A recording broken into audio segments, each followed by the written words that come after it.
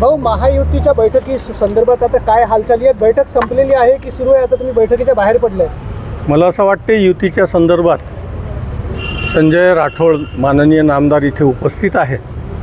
ते आपल्याला सर्वस्वी माहिती देतील. त्यांना सगळे अधिकार शिवसेनेने दिले होते. ते सविस्तर माहिती देतील. माझं म्हणणं योग्य नाही. माझ्याबद्दलचा विषय असा आहे, मी उद्या सकाळी 9 किंवा 10 वाजता प्रेस घेईन आणि मी माझी भूमिका उद्या स्पष्ट करणार आहे. काय नेमकी तुमची भूमिका? उद्या सांगेल ना मी. आता सांगितलं तर उद्याच्या प्रेसचं काही हेच राहणार नाही. तुम्ही आता जय श्रीराम म्हटलं, जय श्रीराम कोणाला? उद्या सांगेल. भाऊ, नामांकनाचा एक दिवस शिल्लक राहिला उद्याचा आणि आता हे उमेदवार समोर आहे. याबद्दल सविस्तर उद्या सकाळी मी बोलेल. आपण सगळ्यांना एकच विनंती आहे उद्यापर्यंत, कारण एक मिनिट माझा पूर्ण होऊ द्या. असं आहे, आता काही लोकांना सांगितलं, प्रेस अर्धवट आहे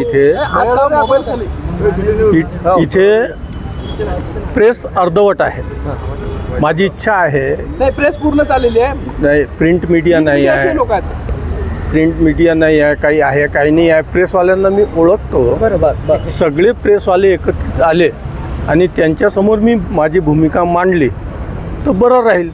नाही तर असं आहे, काही लोकांना मी डायरेक्ट बोललो आणि काही लोकांना तुमच्या माध्यमातून निरोप कळलं तर अर्धे प्रेसवाले माझ्यावर नाराज होते. आणि तुम्हाला माहीत आहे, मी नाराजी कोणाची घेण्यासाठी तयार नसतो. भाऊ, अमरावती विधानसभा क्षेत्रात तुम्हाला मोठी मतं मिळाली होती. तुमच्याकडे मोठ्या कार्यकर्त्यांची फळी आहे. ठरत नाही आहे नेमकं. उद्या सांगतो ना, सविस्तर सांगतो शुभम. उद्या युती होईल का नेमके काही कसं? त्याचं उत्तर कोण देणार आहे?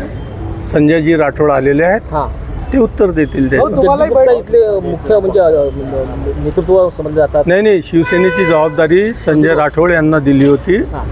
तेच अधिकृतपणे सांगतील. सध्या हॉटेलमध्ये जे आहे ती अजूनही बैठक सुरू आहे. मात्र बैठक अर्ध्यावर सोडून तुम्ही जाताय, काय नेमकं समजायचं? बूम खाली गेले उगले.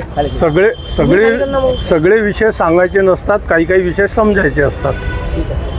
आणि सविस्तर उद्या सांगणारच आहे. हो, तुमच्याकडे मोठं कार्यकर्त्यांचं जाळं आहे. उद्या तुम्ही सांगताय असं म्हणताय, नेमकं काय? नाराज आहात? उद्या मी सविस्तर सांगेल.